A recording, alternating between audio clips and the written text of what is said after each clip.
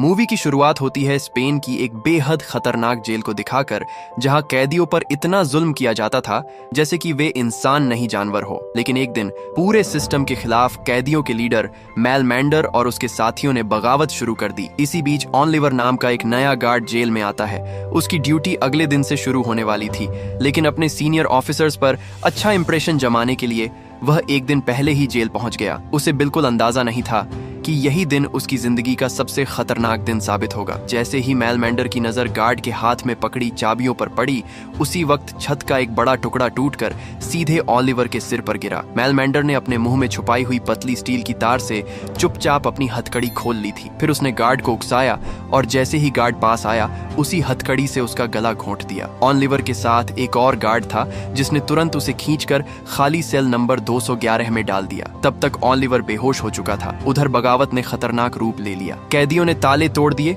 Corridor पर कब्जा कर लिया और चारों तरफ आग लगा दी। पूरी जेल में अफरा तफरी मच गई। ऑलिवर का साथी गार्ड कंफ्यूज था कि उसे बाहर ले जाए या नहीं, लेकिन दूसरे गार्ड ने कहा कि अगर वे उसे लेकर भागेंगे तो दोनों पकड़े जाएंगे और कैदी उन्हें मार देंगे। इसलिए उन्होंने ऑलिवर को वहीं छोड़ दिया। वह बेहोशी की हालत में था, लेकिन उसके आसपास चीखे, मारपीट और तोड़फोड़ की आवाजें गूंज रही थीं। जेल का डायरेक्टर सीसीटीवी कैमरों से सब कुछ देख रहा था, लेकिन उसे समझ नहीं आ रहा था कि वह क्या करे। वह बस यही जानने की कोशिश कर रहा था कि मैलमैंडर की असली डिमांड क्या है। थोड़ी देर बाद मैलमैंडर का एक आदमी ऑलिवर के पास पहुंचा। उसने एक अनजान शख्स को सेल में पड़ा देखा और बिना सोचे समझे उसे जोरदार थप्पड़ मार दिया। उसी झटके से ऑलिवर को होश आ गया। कैदी ने उससे सवाल किए, लेकिन जब कोई जवाब नहीं मिला तो वह दरवाजा बंद करके चला गया। ऑलिवर ने तुरंत समझ लिया कि जेल में दंगे भड़क चुके हैं और वह कैदियों के बीच फंस चुका है। उसने बिना देर किए अपने जूतों के फीते निकालकर टॉयलेट में डाल दिए और फ्लश कर दिया। अपनी बेल्ट गद्दे के नीचे छुपा दी और पर्स भी बहा दिया, क्योंकि नए कैदी से ये सारी चीजें छीन ली जाती है। वह अपनी शादी की अंगूठी भी उतारने ही वाला था कि तभी सेल का दरवाजा दोबारा खुल गया। इस बार उसे सीधे मैलमैंडर के सामने ले जाया गया। मैलमैंडर के सामने पहुंचकर ऑलिवर ने पूरे कॉन्फिडेंस के साथ सिगरेट निकाली, डिब्बा वापस कर दिया और शांत आवाज में कहा कि वह आज ही जेल में शिफ्ट हुआ है और सिर पर लगी चोट गार्ड की पिटाई की वजह से है। उसने जरा भी डर नहीं दिखाया। मैलमैंडर को उस पर शक हुआ, क्योंकि उसका चेहरा बहुत मासूम लग रहा था, जैसे उसने कभी कोई जुर्म न किया हो। लेकिन ऑलिवर ने अकड़ कर जवाब दिया, क्या तुम ज्योतिषी हो जो मेरा चेहरा देखकर मेरा पास्ट और फ्यूचर बता दोगे? यह सुनकर मैलमैंडर कुछ पल के लिए चुप हो गया। ऑलिवर का कॉन्फिडेंस असर कर रहा था, लेकिन पूरी तरह यकीन करने के लिए उसने उसे पैंट उतारने को कहा। ऑलिवर हैरान जरूर हुआ, मगर उसने मना नहीं किया। यही पल उसकी जान बचाने वाला साबित हुआ। जेल में किसी भी कैदी को अंडरवियर पहनने की इजाजत नहीं थी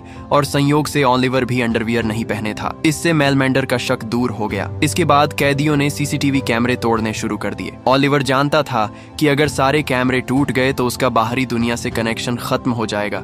इसीलिए वह जोर से चिल्लाया, रुको। तभी सबकी नजरें उसकी तरफ घूम गईं। उसने समझाया कि एक कैमरा छोड़ देना चाहिए ताकि उनकी डिमांड बाहर तक पहुंच सके। अगर वे नहीं चाहते कि स्टाफ कुछ देखे तो कैमरे को कपड़े से ढक सकते हैं। मैलमैंडर को यह आइडिया सही लगा। भरोसा जीतने के लिए ऑलिवर खुद कैमरा ढकने आगे बढ़ा। वह धीरे धीरे ऊपर चढ़ा और कपड़ा डाल दिया ताकि कैमरे में उसका चेहरा साफ दिख जाए। कंट्रोल रूम में बैठे लोग तुरंत समझ गए कि वह उनका ही गार्ड है। अब सिर्फ कंट्रोल रूम और ऑलिवर जानते हैं कि वह असल में कौन है। फिर भी मैलमैंडर पूरी तरह संतुष्ट नहीं था। वह ऑलिवर को उस गार्ड के पास ले गया जिसके पास चाबियां थीं। उससे पूछा गया कि क्या यही वही गार्ड है जिसने उसे मारा था। ऑलिवर और दूसरे गार्ड ने एक दूसरे की तरफ देखा और समझ गए कि अब दोनों की जान खतरे में है। दोनों ने एक दूसरे को पहचानने से इनकार कर दिया। इसके बावजूद मैलमैंडर के लोग उस गार्ड को बेरहमी से पीटते रहे। इसी बीच जेल के डायरेक्टर ने आखिरकार स्पेशल फोर्स से मदद मांगी। थोड़ी ही देर में स्पेशल फोर्स की टीम जेल के बाहर पहुंचकर अपनी पोजीशन ले चुकी थी। ऊपर से साफ आदेश था कि सिर्फ 2 गार्ड बंधक हैं। कैदियों की कोई भी डिमांड नहीं मानी जाएगी। सीधा ऑपरेशन शुरू करो और जेल का कंट्रोल वापस लो, यही ऑन ऑर्डर दिया गया। लेकिन उसी वक्त एक शॉकिंग खबर सामने आई। जेल के अंदर 3 बेहद इंपॉर्टेंट पॉलिटिकल कैदी भी थे, जिनका अभी तक यहाँ से ट्रांसफर नहीं हुआ था। मीडिया तक दंगों की खबर पहुंच चुकी थी। पूरे देश का फोकस अब इसी जेल पर टिक गया था। ये तीनों कैदी बड़े लेवल के लीडर्स थे। अगर इन्हें कुछ भी हो जाता तो देश भर में दंगे भड़क सकते थे। लेकिन मैलमैंडर पहले ही चाल चल चुका था। उसने तीनों को अपने कंट्रोल में ले लिया था और सीसीटीवी के जरिए जेल मैनेजमेंट को दिखा भी दिया कि वे उसके कब्जे में है। अब इन तीनों को बंदी बनाने के बाद कैदियों की पावर कई गुना बढ़ गई थी। सारे कैदी खुशी में झूम रहे थे, जैसे उन्हें नई ताकत मिल गई हो। कंट्रोल रूम में बैठा जेल डायरेक्टर समझ गया कि मामला अब हाथ से निकल चुका है। हालात संभालने के लिए एक नेगोशिएटर को बुलाया गया। इसी बीच मेलमेंडर का पुराना रिकॉर्ड भी सामने आया। 10 साल पहले उसने एक बगावत की थी जिसमें एक गार्ड की जान चली गई थी। तभी से जेल में उसका दबदबा कायम था। मेलमेंडर ने ओलिवर से कहा कि मेरी डिमांड्स लिखने में मदद करो। डिमांड्स सुनने में बिल्कुल बेसिक थी। जेल के कमरों की हालत सुधारी जाए, हर 15 दिन में फैमिली से मिलने का हक दिया जाए और कैदियों को सही हॉस्पिटल में ट्रीटमेंट मिले। अभी हालत ये थी कि डॉक्टर सलाखों के पीछे से ही चेकअप करते थे। पहले भी एक कैदी जिसके दिमाग में ट्यूमर था, उसे ये कहकर टाल दिया गया कि उसे कोई दर्द नहीं है, वो झूठ बोल रहा है। आखिरकार दर्द से तड़पते हुए उसकी जान चली गई। ओलिवर को इन डिमांड्स में कुछ भी गलत नहीं लगा। मेलमेंडर की लीडरशिप देखकर वह इंप्रेशन में आ गया। बातचीत के दौरान ओलिवर ने बताया कि उसकी वाइफ प्रेग्नेंट है, बच्चा कभी भी पैदा हो सकता है और वह यहाँ फंसा हुआ है। ये सुनकर मेलमेंडर को अफसोस हुआ। ओलिवर ने एक झूठी कहानी भी सुनाई। उसने कहा कि जिस आदमी को उसने मारा वो एक ड्रग डीलर था जिसने उसके छोटे भाई की जान ले ली थी, इसलिए उसने बदला लिया। ये सुनकर मेलमेंडर को उसके लिए और बुरा महसूस हुआ। धीरे धीरे दोनों के बीच नजदीकियां बढ़ने लगी। तभी नेगोशिएटर जेल पहुंचा। मेलमेंडर ने ओलिवर से कहा कि इसकी तलाशी लो। ओलिवर ने चालाकी से तलाशी लेते हुए तीनों बंदी कैदियों की लोकेशन का इशारा भी दे दिया। फिर उसने डिमांड्स नेगोशिएटर के सामने रख दी। नेगोशिएटर ने कहा कि वह डिमांड्स को ऊपर तक भेजकर जवाब लेकर आएगा। जाते जाते मेलमेंडर ने कहा कि उसके लोग सुबह से काम कर रहे हैं, उन्हें भूख लगी है, इसलिए अच्छा खाना भेजना। साथ ही उसने ओलिवर की वाइफ से उसकी बात कराने की बात भी रखी। नेगोशिएटर बोला कि बात कराना उसके कंट्रोल में है, वह ओलिवर को साथ ले जाकर वापस छोड़ देगा। मेलमेंडर ने भरोसा तो किया, लेकिन साफ कहा कि ओलिवर को कुछ नहीं होना चाहिए। कम समय में ही उसने ओलिवर पर जरूरत से ज्यादा ट्रस्ट कर लिया था। ओलिवर के लिए ये बड़ा मौका था, लेकिन गेट खुलने से ठीक पहले अंदर से जोरदार चीख सुनाई दी। आवाज सुनते ही मेलमेंडर ने नेगोशिएटर को पकड़ लिया और ओलिवर से कहा कि जाकर देखो क्या हुआ है। ओलिवर दौड़ कर गया तो पता चला कि दो कैदियों के बीच फाइट हो गई थी। एक के सिर पर चोट लगी और वह बेहोश हो गया। कंट्रोल रूम में बैठे स्पेशल फोर्सेस के कमांडर ने ये सीन देखा और समझा कि कोई इंपॉर्टेंट व्यक्ति मारा गया है। उसने तुरंत अटैक का ऑर्डर दे दिया। ओलिवर समझ गया कि अगर स्पेशल फोर्सेस अंदर आई तो भारी खून खराबा होगा। उसने तुरंत तीनों हॉस्टेजेस को सर्विलेंस कैमरा के सामने ला खड़ा किया ताकि कमांडर देख सके कि सब सेफ है। जैसे ही कमांडर ने उन्हें सीसीटीवी में सुरक्षित देखा, उसने अटैक के ऑर्डर्स रोक दिए। बातचीत फिर से शुरू हुई। ओलिवर की समझदारी और हिम्मत ने सबकी जान बचा ली थी, लेकिन मेलमेंडर को यह पसंद नहीं आया कि जो आज ही जेल में आया है वही हीरो बन रहा है। ओलिवर ने तुरंत सिचुएशन संभाली। उसने सबके सामने मेलमेंडर का हाथ उठाकर कहा कि सर ने ही उसे ऐसा करने को कहा था। ये सुनकर कैदी दोनों को हाथों पर उठाकर सेलिब्रेट करने लगे। मेलमेंडर ने धीमी आवाज में कहा, काम अच्छा किया तूने, लेकिन अगली बार बिना पूछे कुछ किया तो तुझे छोड़ूंगा नहीं। इसी बीच पता नहीं कैसे अखबारों में खबर फैल गई कि तीनों नेता मारे गए हैं और कई लोग घायल हुए हैं। उधर ओलिवर की वाइफ एलिना एक रेस्टोरेंट में बैठी थी। टीवी पर उसने देखा कि वही जेल जहां उसका पति काम करता है हर न्यूज चैनल पर छाई हुई है। वह घबरा गई। उसने कई बार कॉल किया, लेकिन हर बार नंबर आउट ऑफ रीच आया। काफी कोशिशों के बाद उसकी बात ओलिवर के एक कलीग से हुई। उसने बस इतना कहा कि ओलिवर दूसरी ब्रांच में ड्यूटी पर है और शायद काम की वजह से फोन बंद है। लेकिन एलिना समझ गई कि कुछ तो गड़बड़ है। वह तुरंत कार लेकर जेल के बाहर पहुंच गई। वहां पहले से कई कैदियों के परिवार वाले जमा थे। हर कोई अपने आदमी की सेफ्टी जानना चाहता था। एलिना भी उसी भीड़ में खड़ी होकर ओलिवर के बारे में पूछने लगी, लेकिन किसी ने साफ जवाब नहीं दिया। उधर जेल के अंदर मेलमेंडर अपने साथियों के साथ आराम से खाना खा रहा था। ओलिवर बड़े इंटरेस्ट के साथ मेलमेंडर की पुरानी स्टोरी सुन रहा था। तभी वही कैदी नजर आया जिसकी वजह से पहले झगड़ा हुआ था। मेलमेंडर तुरंत उसके पास पहुंचा और उसे सख्त सबक सिखाया। उसकी लापरवाही से पूरा प्लान खराब हो सकता था। उसने सबकी जान रिस्क में डाल दी थी।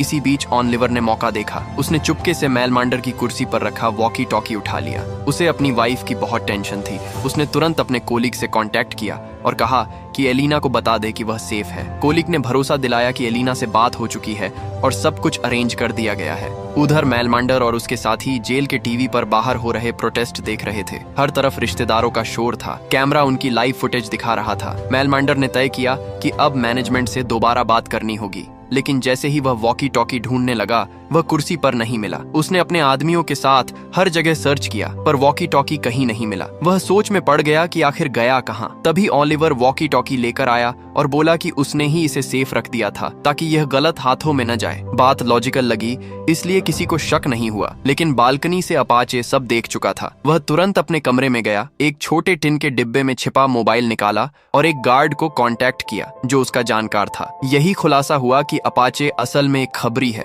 जो जेल अथॉरिटीज के लिए काम करता है। उसने तुरंत ऑलिवर की असली आइडेंटिटी पता कर ली। जेल के बाहर हालात और बिगड़ रहे थे, लोग गुस्से में थे। कुछ लोगों ने गार्ड ऑफिस पर पत्थर फेंकने शुरू कर दिए। यह देखकर यूट्रिला, जो पहले से ही भड़का हुआ था, अपना कंट्रोल खो बैठा। उसने एक टीम बनाई और लाठियां लेकर भीड़ पर अटैक कर दिया। बिना सोचे समझे लोगों को पीटा जाने लगा। उसी वक्त टीवी स्क्रीन पर ऑलिवर ने अपनी वाइफ को देखा। वह भीड़ में डरी हुई आंखों के साथ खड़ी थी। उसने तुरंत मेलमांडर से वॉकी टॉकी लिया और गुस्से में कोलीग से पूछा, तुमने कहा था सब अरेंज है, फिर मेरी वाइफ वहां क्या कर रही है? तभी कोलीग को समझ आया कि मीडिया ये सब लाइव दिखा रही है और कैदी अपने परिवार को टीवी पर देख पा रहे हैं। जेल अथॉरिटीज ने तुरंत एक्शन लिया और टीवी सिग्नल कट कर दिया।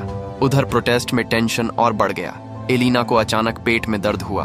भीड़ में धक्का मुक्की शुरू हो गई। इसी अफरा तफरी में यूट्रिला ने उस पर डंडा चला दिया। एक बार से एलिना जमीन पर गिर पड़ी। पूरा सीन मीडिया कैमरे में रिकॉर्ड हो गया। जेल के अंदर जैसे ही टीवी सिग्नल बंद हुआ, कैदियों का गुस्सा और भड़क उठा। मेलमांडर ने तुरंत वॉकी टॉकी उठाया और मैनेजमेंट से डिमांड की कि घायल लोगों की लिस्ट भेजी जाए। जब ऑलिवर ने अपनी वाइफ के बारे में पूछा तो अथॉरिटीज ने झूठ बोल दिया कि सब नॉर्मल है। तभी अपाचे उसके पास आया और धमकी दी कि अगर उसकी बात नहीं मानी तो वह सबके सामने उसकी सच्चाई खोल देगा। लेकिन ऑलिवर पहले ही अपाचे का सच जान चुका था। वह डरा नहीं। उसने पलट कर कहा, मैं तो आज ही यहाँ आया हूँ और गार्ड हूँ। मेरा धोखा शायद ये लोग सह लें, लेकिन तू तो कैदी होकर सालों से सबको धोखा दे रहा है। ये सुनकर अपाचे सन्न रह गया। उसे अंदाजा नहीं था कि ऑलिवर सब जानता है। बाहर यूट्रिला को सस्पेंड कर दिया गया। कागजी रिपोर्ट में लिखा गया कि उसने भीड़ में किसी को चोट पहुंचाई है, लेकिन असल में अथॉरिटीज उसे बचा रही थी। जेल के अंदर मेलमांडर और ऑलिवर आगे की स्ट्रेटेजी पर चर्चा कर रहे थे। मेलमांडर ने कहा कि वह पूरी जिम्मेदारी अपने ऊपर ले लेगा और बयान देगा कि ऑलिवर मजबूरी में उसका साथ दे रहा था। इससे उसकी सजा कम हो सकती है और वह जल्द अपनी वाइफ और होने वाले बच्चे के पास जा सकेगा। इसी दौरान घायल लोगों की लिस्ट भेजी गई। मेलमांडर ने लिस्ट खोली, उसमें सिर्फ 4 नाम थे। वह तुरंत समझ गया कि मैनेजमेंट सच छिपा रही है। वह गुस्से में आग बबूला हो गया और बोला कि अब बड़ा कदम उठाना पड़ेगा। उसने फैसला किया कि तीनों बंदी बनाए गए लोगों में से एक को मार दिया जाएगा। ऑलिवर ने उसे समझाया कि अगर उन्होंने किसी को मार दिया तो मैनेजमेंट फोर्स भेजकर अंदर सबको खत्म कर देगी। फिर उसने नया आइडिया दिया, मारने की बजाय उसका कान काट दिया जाए ताकि सख्त मैसेज जाए कि वे सीरियस हैं। प्लान तय हुआ और कान काटने की जिम्मेदारी ऑलिवर को दी गई। उसने तेजी और सावधानी से काम किया ताकि दर्द कम से कम हो। कुछ देर बाद कटा हुआ कान मैनेजमेंट को भेज दिया गया। अब अथॉरिटीज के पास कोई बहाना नहीं था, उन्हें असली लिस्ट भेजनी पड़ी। लेकिन जैसे ही ऑलिवर ने लिस्ट पढ़ी, उसका दिल टूट गया। उसमें उसकी प्रेग्नेंट वाइफ एलिना का नाम भी था। इसी दौरान अपाचे ने बाहर से एक वीडियो हासिल किया। उसमें साफ दिख रहा था कि यूट्रिला एलिना पर हाथ उठा रहा है। ऑलिवर वह वीडियो बार बार देखता रहा। हर बार उसका गुस्सा और गहरा होता गया। एक तरफ वह जेल के अंदर अपनी जान रिस्क में डालकर हालात संभाल रहा था और दूसरी तरफ उसकी वाइफ को बाहर बेरहमी से पीटा गया था। उसके कोलीग ने भी उसे पूरा सच नहीं बताया। गुस्से से कांपते हुए ऑलिवर ने मांग की कि यूट्रिला को तुरंत अंदर भेजा जाए। बंदी बनाए गए नेताओं की जान खतरे में थी, इसलिए मैनेजमेंट मजबूर हो गई। आखिरकार यूट्रिला को अकेले ही अंदर भेज दिया गया। जैसे ही वह अंदर पहुंचा, मेलमांडर ने चाकू दिखाकर उसे काबू में कर लिया और कैमरे की नजर से दूर ले गया। ऑलिवर ने उससे एलिना के बारे में पूछा, लेकिन वह चुप रहा। जब उसके सामने वीडियो दिखाई गई तो उसने नजरें फेर ली। अब ऑलिवर का सब्र टूट चुका था। वह यूट्रिला पर टूट पड़ा और उसे बेरहमी से पीटने लगा। वह पूरी तरह बेकाबू हो गया था। उसने वॉकी टॉकी उठाकर अपनी वाइफ से बात कराने की मांग की। काफी दबाव के बाद उसे सच्चाई बता दी गई। उसकी वाइफ और उसका होने वाला बच्चा दोनों अब इस दुनिया में नहीं रहे। यह सुनते ही ऑलिवर अंदर से बिखर गया। उसने अपना सिर मेलमांडर के कंधे पर रख दिया और फूट फूट कर रो पड़ा। मेलमांडर का गुस्सा भी भड़क उठा। उसने आदेश दिया कि इस गार्ड को सब मिलकर मारेंगे। लेकिन तभी यूट्रिला चिल्लाया, तुम जिसके लिए इतना परेशान हो रहे हो, यह खुद जेल का गार्ड है। उसने सबके सामने ऑलिवर की असली पहचान खोल दी। सभी कैदी सन्न रह गए। एक पल के लिए माहौल जम सा गया, लेकिन ऑलिवर को अब किसी बात से फर्क नहीं पड़ता था। उसके लिए अब सिर्फ एक चीज बची थी, बदला। उसने सबके सामने यूट्रिला को मार डाला। वाइफ और बच्चे को खोने के बाद उसकी जीने की इच्छा लगभग खत्म हो चुकी थी। इसके बाद वह चुपचाप सेल 211 में चला गया। उसने अपनी छिपाई हुई बेल्ट निकाली और खुद को खत्म करने की कोशिश की, लेकिन वह बच गया। जब उसे होश आया तो उसकी नजर दीवार पर लिखे एक वाक्य पर पड़ी, एक बूढ़ा आदमी सिरदर्द से मर गया। यह किसी पुराने कैदी ने लिखा था। उस पल ओलिवर को लगा कि उस कैदी का दर्द अब उसका अपना दर्द है। उसने अपनी पुरानी पहचान वहीं छोड़ दी। अब वह सच में सेल 211 का कैदी बन चुका था। जेल की दूसरी तरफ कुछ लोग उस पर शक करने लगे थे, लेकिन मेलेमेंडर अंदर ही अंदर समझ चुका था कि चाहे वह पहले गार्ड रहा हो, अब वह उनका अपना है। उनकी किस्मत अब एक हो चुकी थी। घायल लोगों की लिस्ट आने के बाद कैदियों का गुस्सा और भड़क गया। अपने परिवार की हालत देखकर वे आपा खो बैठे। अब सिर्फ मैनेजमेंट से बात करना काफी नहीं था। मामला सरकार तक पहुंच गया। एक बड़ा अधिकारी बातचीत के लिए भेजा गया। उसने कहा कि ज्यादातर डिमांड्स मान ली गई हैं। जैसे ही वह डिटेल्स बताने लगा, ओलिवर ने यूट्रेला की लाश घसीटकर कैमरे के सामने डाल दी। कैमरे की तरफ देखकर उसने कहा, इससे मैंने मारा है और हम तुम्हारी बात तभी मानेंगे जब प्राइम मिनिस्टर खुद टीवी पर आकर कहे कि हमारी सारी शर्तें मानी गई हैं। अब ओलिवर खुलकर कैदियों के साथ खड़ा था। मेलेमेंडर ने भी उसका साथ दिया।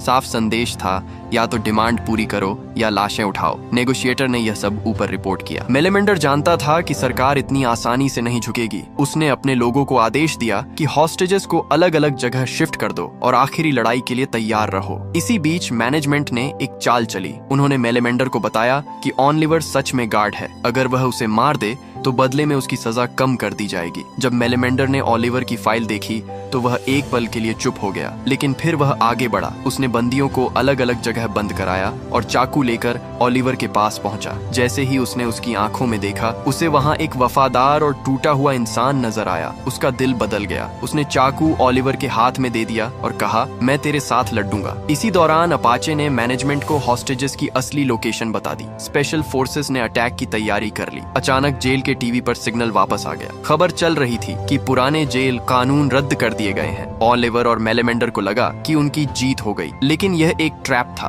अथॉरिटी चाहती थी कि कैदी शांत हो जाए। जैसे ही जश्न शुरू हुआ, अपाचे ने हॉस्टेजेस की रखवाली कर रहे कैदियों को मार दिया और खुद उनके सामने खड़ा हो गया, जैसे वह उन्हें बचा रहा हो। उसी समय जेल के अंदर स्मोक बॉम्ब्स फेंके गए। ओलिवर ने तुरंत सिचुएशन समझ ली। उसने मेलेमेंडर से कहा कि अगर जरूरत पड़े तो हॉस्टेजेस को खत्म कर दो, वरना सब मारे जाएंगे। दोनों ऊपर जाने ही वाले थे कि अचानक नेल गन से ओलिवर पर हमला हुआ। मेलेमेंडर उसके पास पहुंचा, लेकिन घाव गहरा था। अपाचे चिल्लाया, दोनों लीडर मर गए। यह सुनते ही कैदियों ने हथियार डाल दिए। मेलेमेंडर सब देखता रह गया। उसकी आंखों के सामने सब खत्म हो गया। उसने आंसू पोंछे ही थे कि अपाचे ने पीछे से गोली मार दी। मेलेमेंडर गिर पड़ा। उसने पलटकर जवाब देने की कोशिश की, लेकिन दूसरी गोली ने सब खत्म कर दिया। स्पेशल फोर्सेस ने आसानी से जेल पर दोबारा कंट्रोल ले लिया। ओलिवर भी दर्द से तड़पते हुए दम तोड़ गया। सब कुछ खत्म होने के बाद उसका कोलीग उसकी बॉडी की पहचान करने आया। शर्म से झुके सिर के साथ उसने सेल 211 का दरवाजा खोला। अंदर एक अंगूठी रखी थी। ओलिवर एक ईमानदार और अच्छा इंसान था,